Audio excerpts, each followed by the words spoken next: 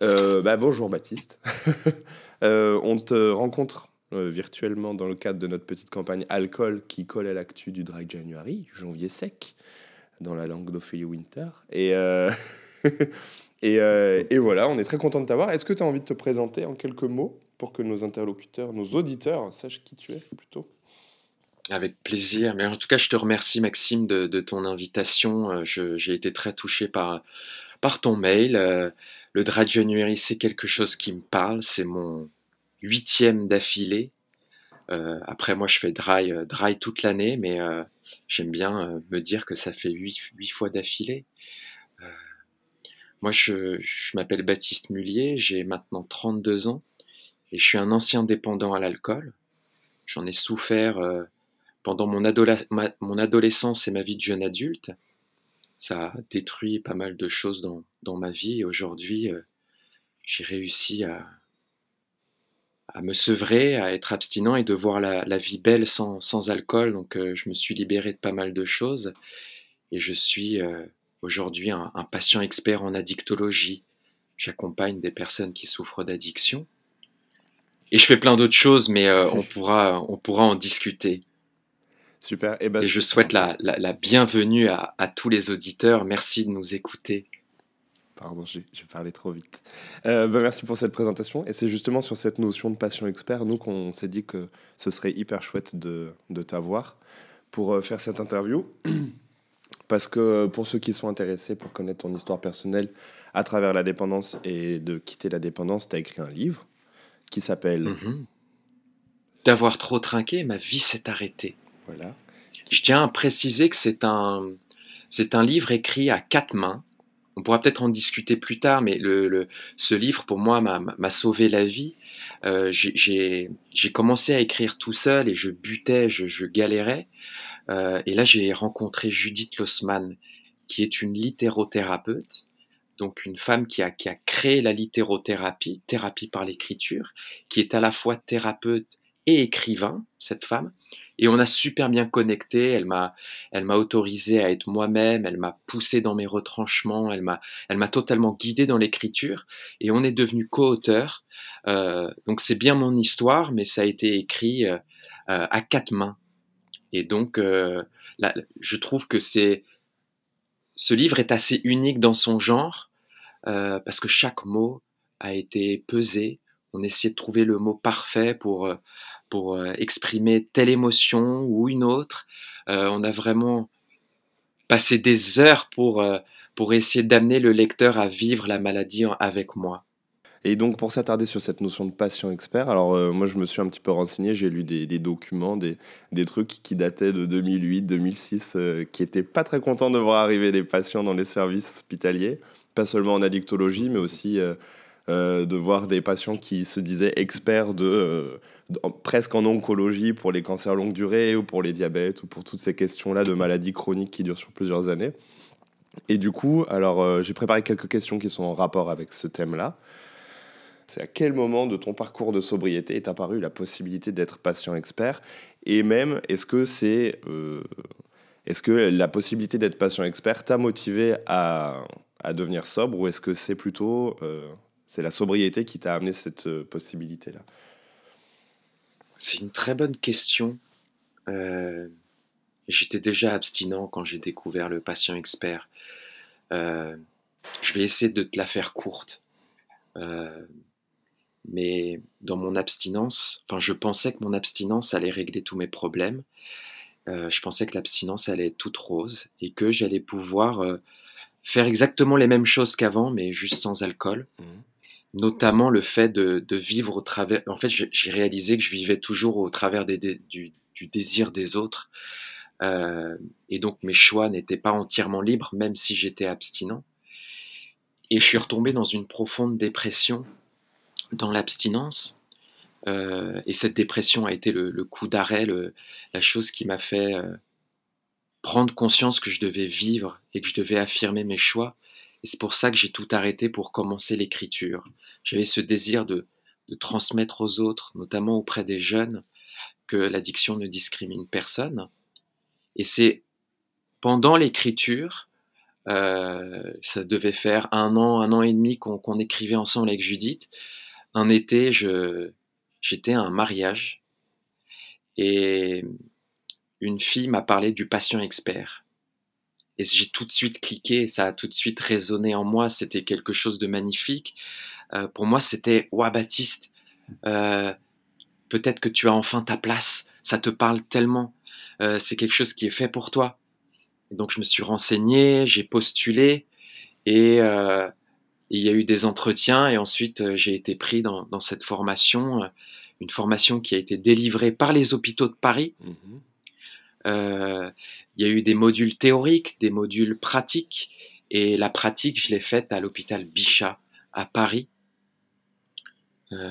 C'est une formation qui a duré un peu plus d'un an, ça a été fait pendant le Covid et j'ai été diplômé je crois fin 2020 ou début 2021. Bah, du coup, ça répond un petit peu à la deuxième question. Alors là, tu nous as parlé du déclic, de la rencontre.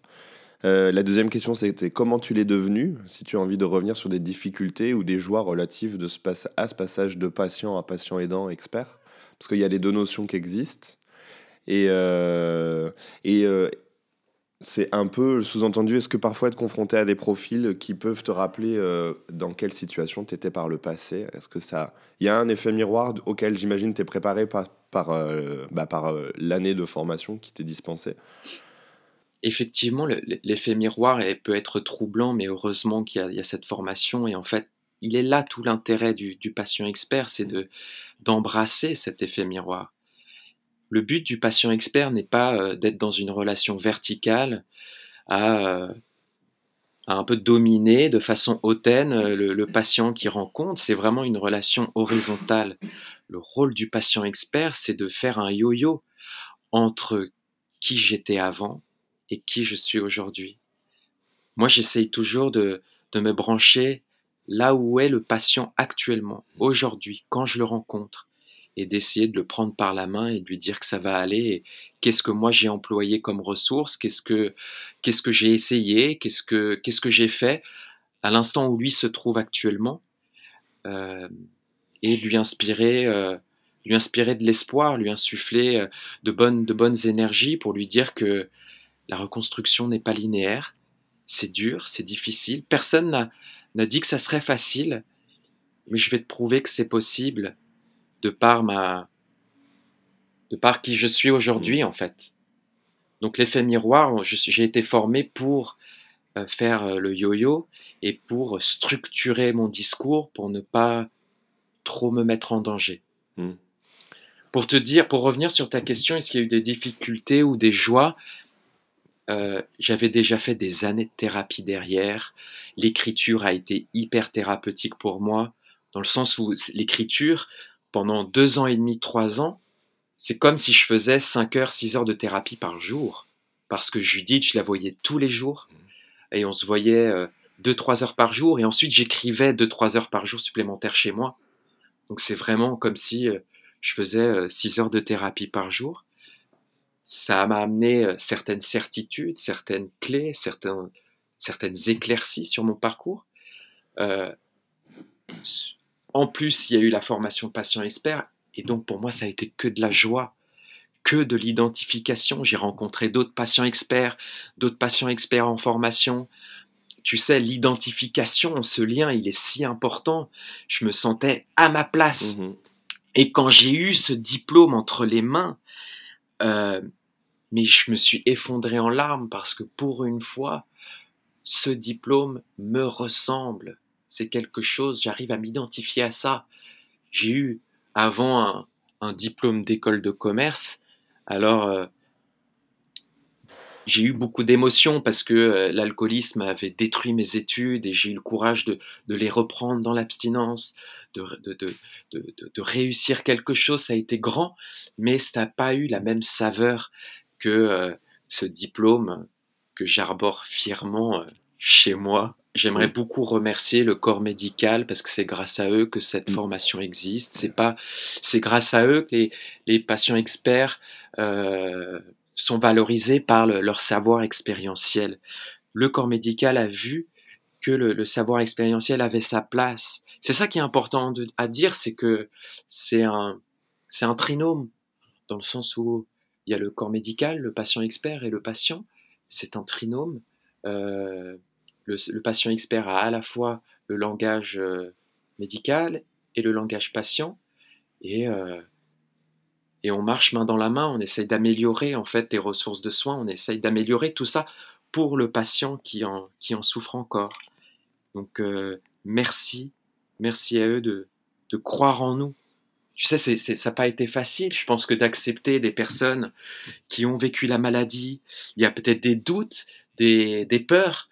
Est-ce qu'il va y avoir des rechutes? Est-ce que ça va pas être trop dur pour le patient expert? Comment lui faire confiance? Et tout ça, il y a un dialogue qui se crée, et, euh, et c'est important de rester dans le dialogue. Ça doit être propre aux patients experts en addictologie, parce qu'un patient expert qui a un cancer ou qui a une forme de diabète très chronique, qui va avoir le statut de patient expert et qui va quand même pouvoir exercer, on va pas avoir ses doutes à son propos, quoi. C'est le côté un petit peu... Les rechutes sont là, quelle que les soit rechutes sont là, mais la on n'imagine pas pathologie, qu'elles sont volontaires. Parce qu'il y a quand même beaucoup de gens qui pensent encore que dans l'addiction, il y a un côté motivationnel et que, en fait, si tu rechutes, bon, tu l'as quand même bien cherché.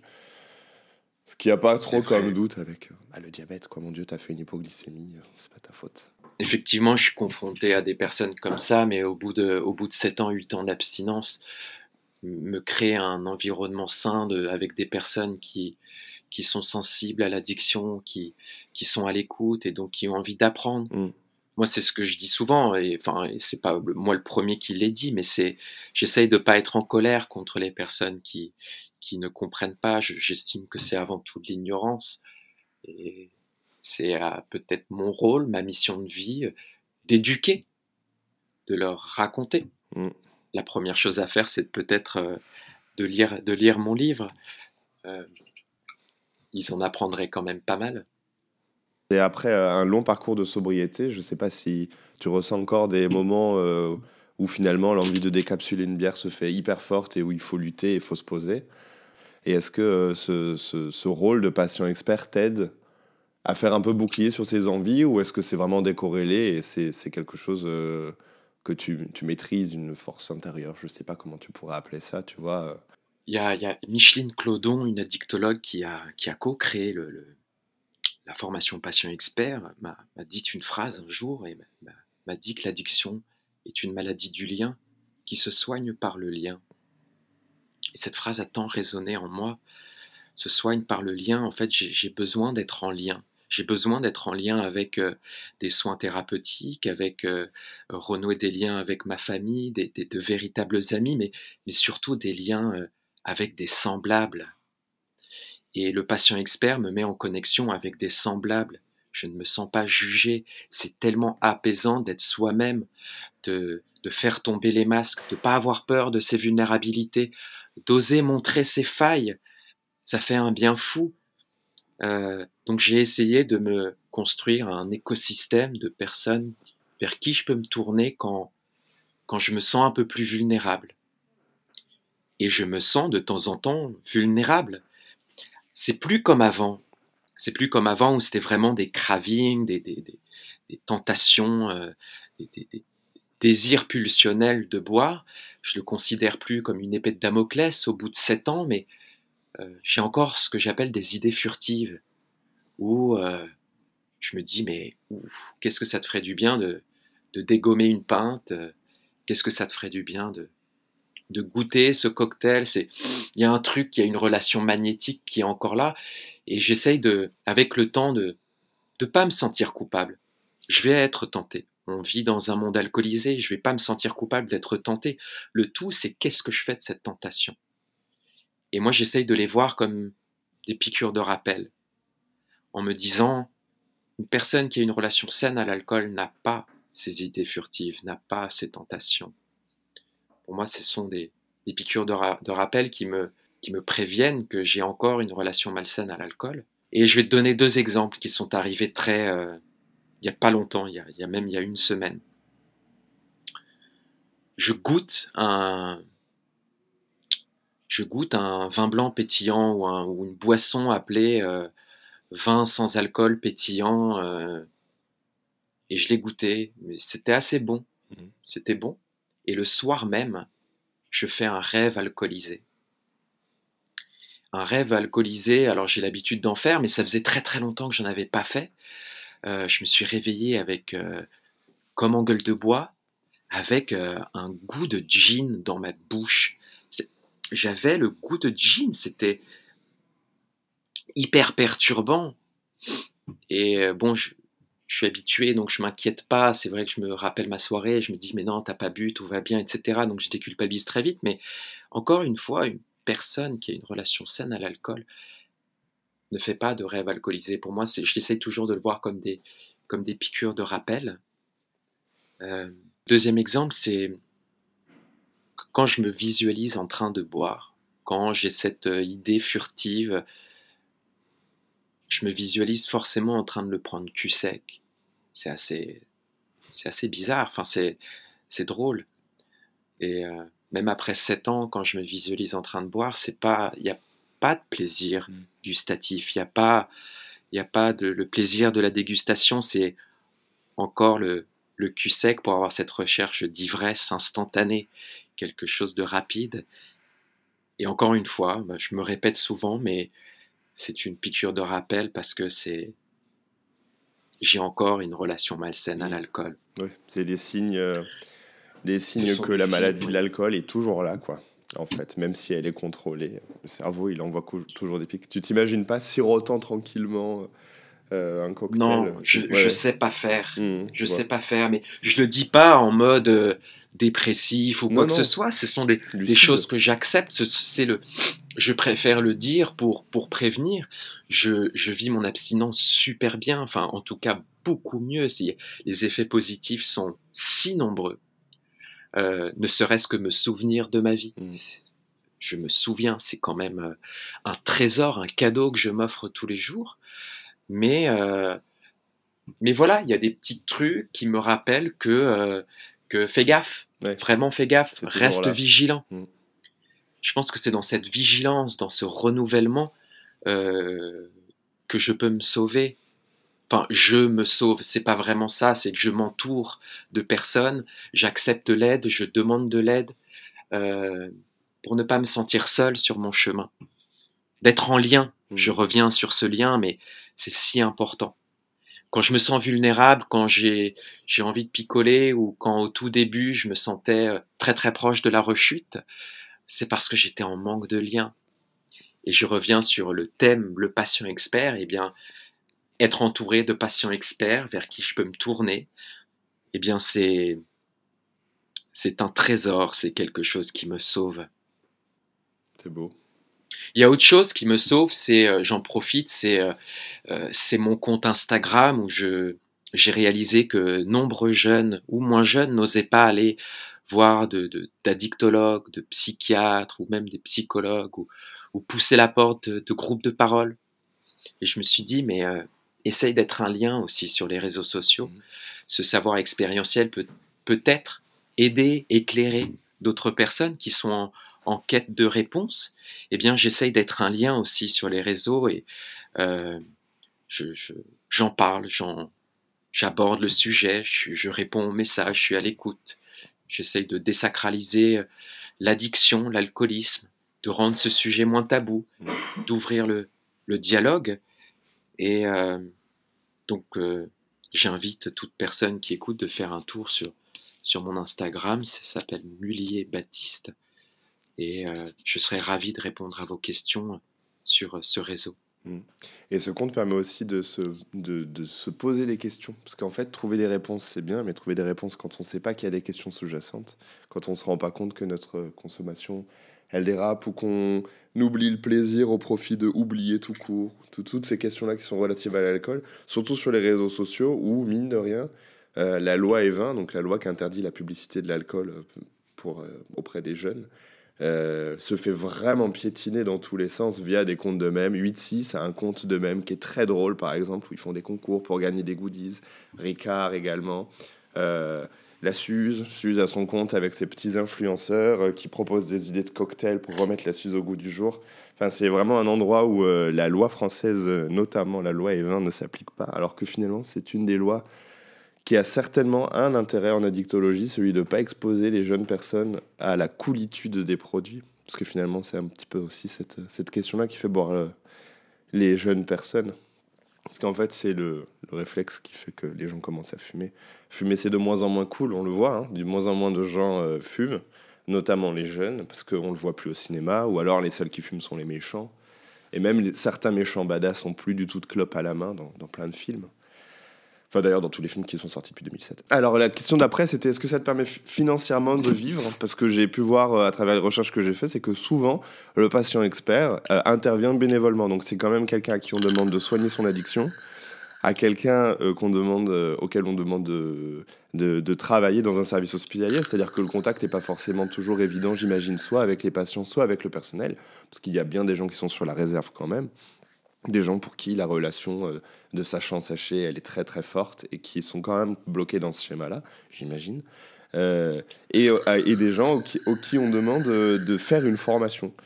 Et j'ai pu voir que c'est quand même beaucoup de travailler bénévolement au sein d'un service hospitalier. Et ma question, donc j'ai vu sur ton site que tu donnais des conférences et que tu faisais des rendez-vous, des entretiens où tu pouvais discuter avec les personnes.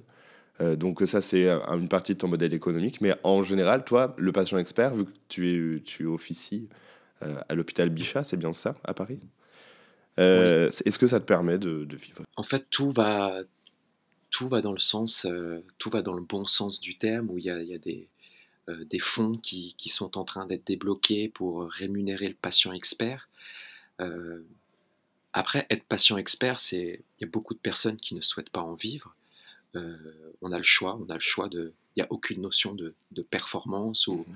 euh, mais en tout cas, moi, j'ai choisi d'en vivre parce que c'est quelque chose qui me tient à cœur. Je suis un peu 100% ou rien, et quand je me lance dans quelque chose, je peux pas faire deux choses en même temps, et c'est vraiment trouver ma place qui me permet d'être heureux dans ma vie, et c'est le patient expert. Donc je fais tout pour pour pouvoir en vivre. Enfin, je fais tout. En tout cas, je me lève le matin avec le smile et l'envie, parce que je me sens à ma place. Et donc ça passe par des conférences, par de la transmission, par des accompagnements, mon livre aussi, des interventions en entreprise, euh, en tant que patient expert. Après, à l'hôpital Bichat, ça a commencé par du bénévolat, mais il y a des choses qui sont en route pour valoriser aussi euh, et rémunérer le patient expert. Est-ce qu'il y a une journée type? Alors, tu as dit je me lève le matin et toi, tu fais ça à 100%. Donc, j'imagine que tes semaines sont bien pleines, bien prises. Est-ce qu'il y a une journée type? Est-ce qu'il n'y a pas de journée type? Est-ce qu'il y a une journée type du patient expert, du rôle de patient expert? Est-ce qu'il y a une journée type dans tes pompes, à toi particulièrement? Je vais te parler je vais te parler de moi. Bah oui. Euh, En fait, toute ma vie, et c'est vrai, consacrée à l'accompagnement, à mon rôle de patient expert. Je me lève le matin, je, tout de suite, je me sers un thé, déjà, première chose, euh, parfois deux. Et là, je suis sur Instagram le matin, je réponds aux messages, surtout.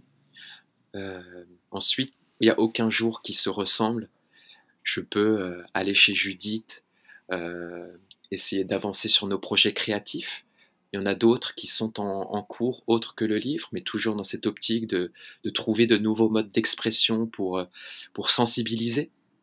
Je peux prendre le train et aller dans une ville en France, faire une intervention, une conférence euh, auprès d'étudiants, auprès de lycéens, de collégiens. Je peux aussi me rendre en entreprise.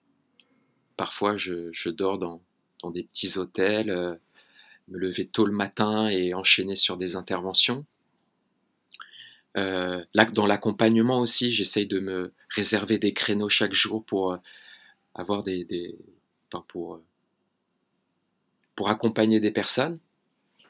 Et puis je me couche avec à nouveau un petit tour sur Insta et répondre aux messages. Mais ouais, voilà, les jours se ressemblent pas. Mais ce qui est certain, c'est que mon cerveau se réveille le matin avec une envie d'être la personne que j'aurais aimé croiser quand j'étais au plus mal. Ce qui nous permet d'enchaîner sur la question d'après. Est-ce que tu pensais pouvoir changer la donne de cette manière il y a 10 ans? Est-ce que... Je sais pas si c'est assez explicite comme question. Si, c'est explicite, mais je t'avoue que je me la pose pas parce que je me rends pas compte que je change la donne. Humblement, je me dis, fais de ton mieux. Sois un lien. Éduque, éclaire, fais ce que tu peux. Mais c'est surtout que je suis animé par un feu intérieur qui me dit euh, d'être là. Moi, j'ai cruellement manqué de sensibilisation, j'ai cruellement manqué d'identification. Euh, J'avais pas vraiment de modèle. Aux Alcooliques Anonymes, j'étais toujours le plus jeune. Patient expert, je suis le plus jeune. Il n'y avait pas de modèle pour moi. Donc j'essaye de créer de nouveaux modèles. Mais ce qui est certain, c'est qu'il y a 10 ans déjà, j'étais dans l'alcool et je ne voulais plus vivre. J'avais une foi qui était absolument néante, avec des idées noires qui me hantaient, qui me grignotaient. Et c'était vraiment la souffrance, vraiment les prisons d'une noirceur sans nom. J'étais vraiment au plus bas. Mais même quand j'ai commencé à écrire, je ne savais pas où ça allait m'emmener. Je pense qu'il y a eu aussi une confiance dans le processus, un recentrage sur un jour le jour. Fais de ton mieux, Baptiste. Fais de ton mieux pour ne pas boire. Tu ne sais pas où ça va t'emmener, mais on s'en fout. L'essentiel, c'est cette priorité, de te mettre en priorité et de repousser le premier verre. Et c'est ensuite dans mon abstinence que j'ai pu découvrir que j'avais une boîte à trésors, que j'étais digne de la reconstruction. Et tout le monde est digne de la reconstruction. Tout le monde a des boîtes à trésors. Tout le monde a des qualités qui ne demandent qu'à s'exprimer. Et c'est ce que j'essaye de transmettre.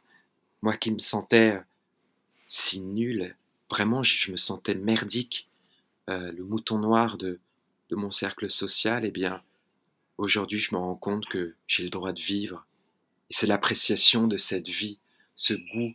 Mes sens sont en éveil aujourd'hui parce que je suis abstinent et j'essaye d'embrasser les petites choses du quotidien.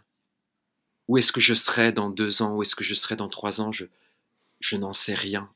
Vraiment, je n'en sais rien. En tout cas, je place toute mon énergie sur aujourd'hui. C'est beau, cette notion du un jour à la fois. D'ailleurs, nous, on est...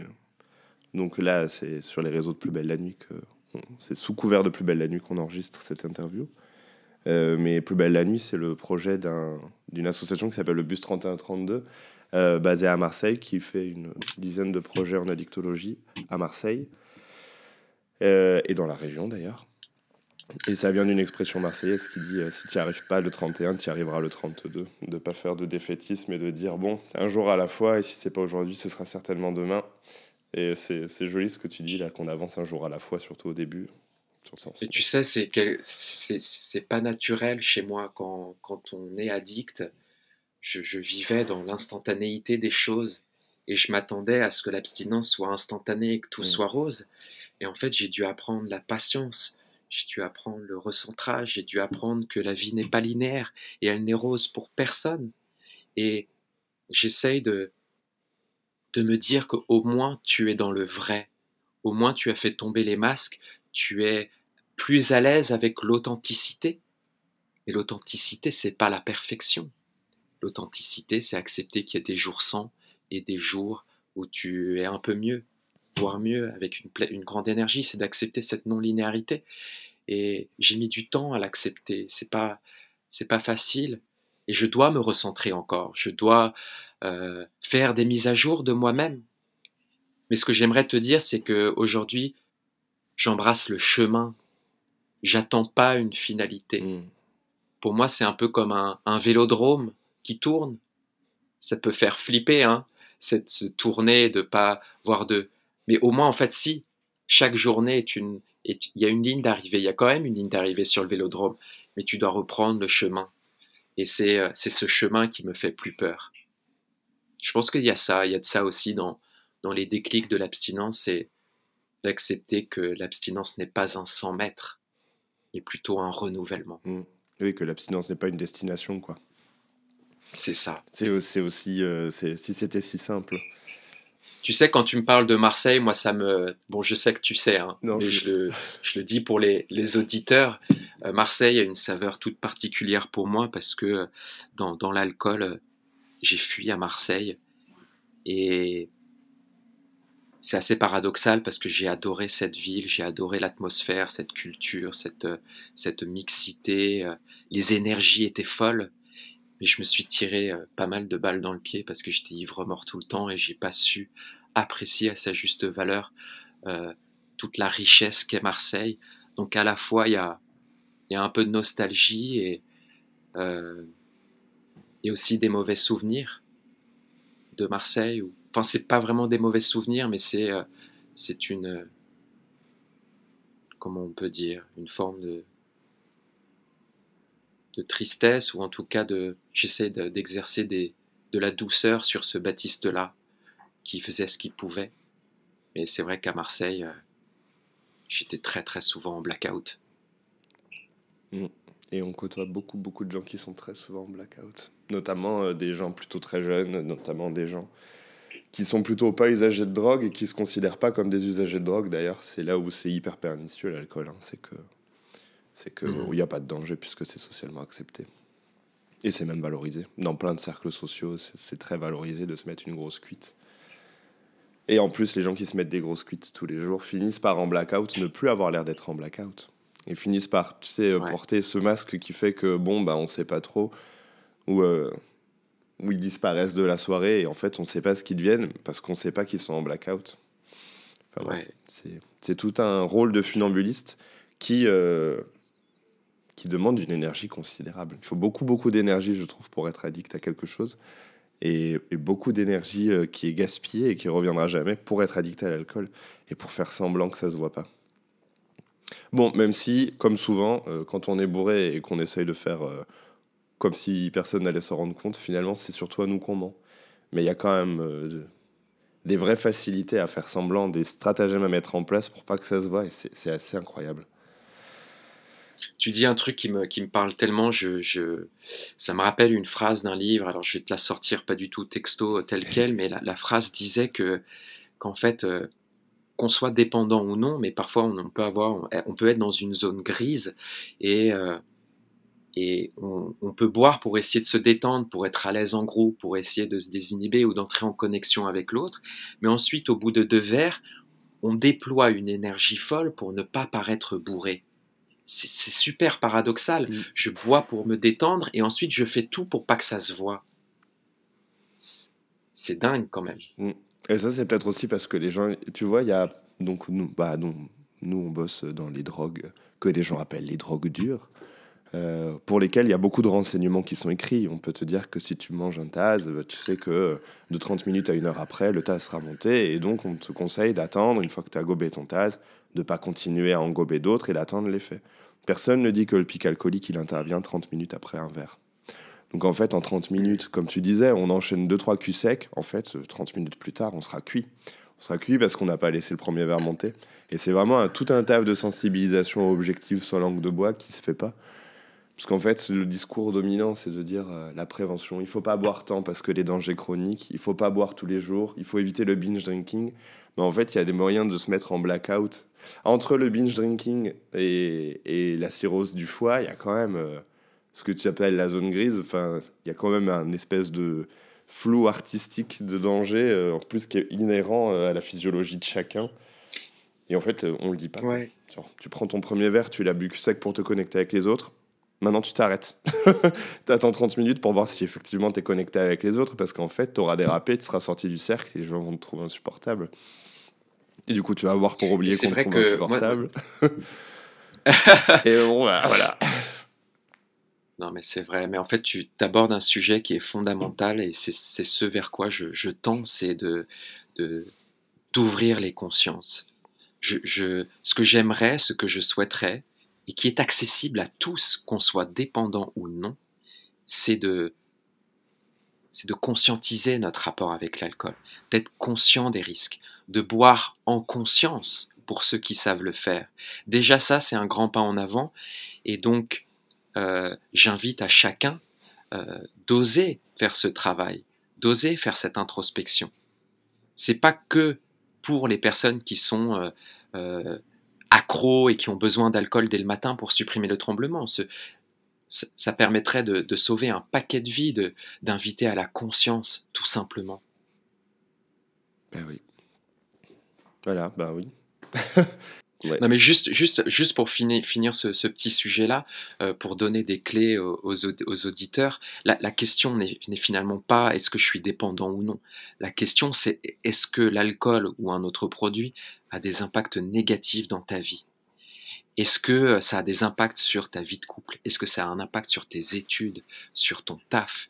Est-ce qu'il y a de la tolérance? Est-ce que tu es de plus en plus tolérant aux produits? Est-ce que tu te mets dans des situations dangereuses?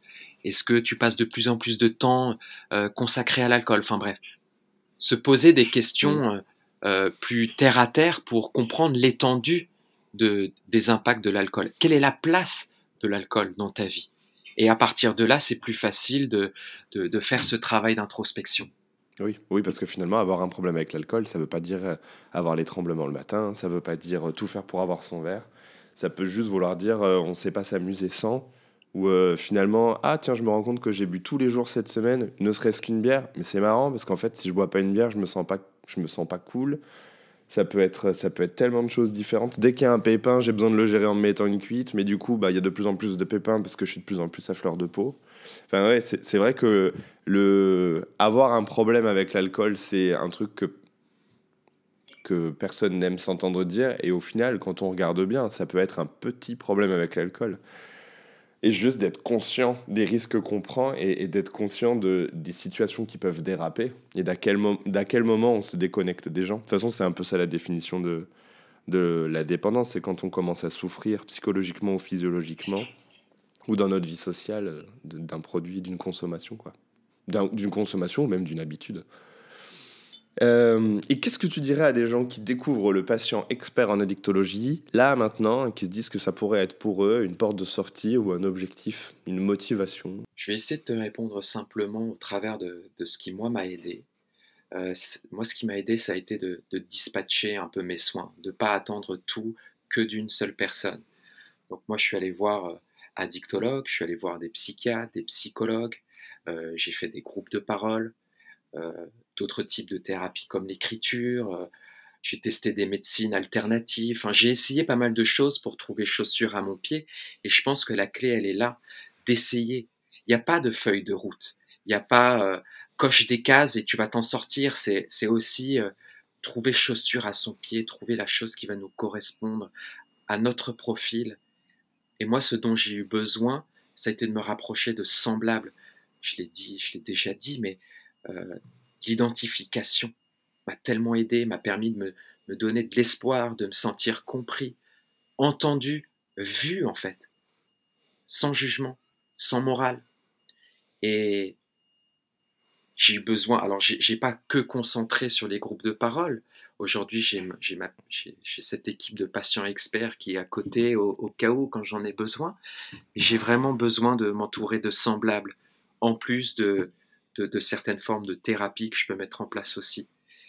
Et donc, j'invite les personnes qui pourraient être tentées par l'idée de contacter un patient expert, d'oser, voire de tenter. Tu ne perds rien, tu ne perdras rien à essayer.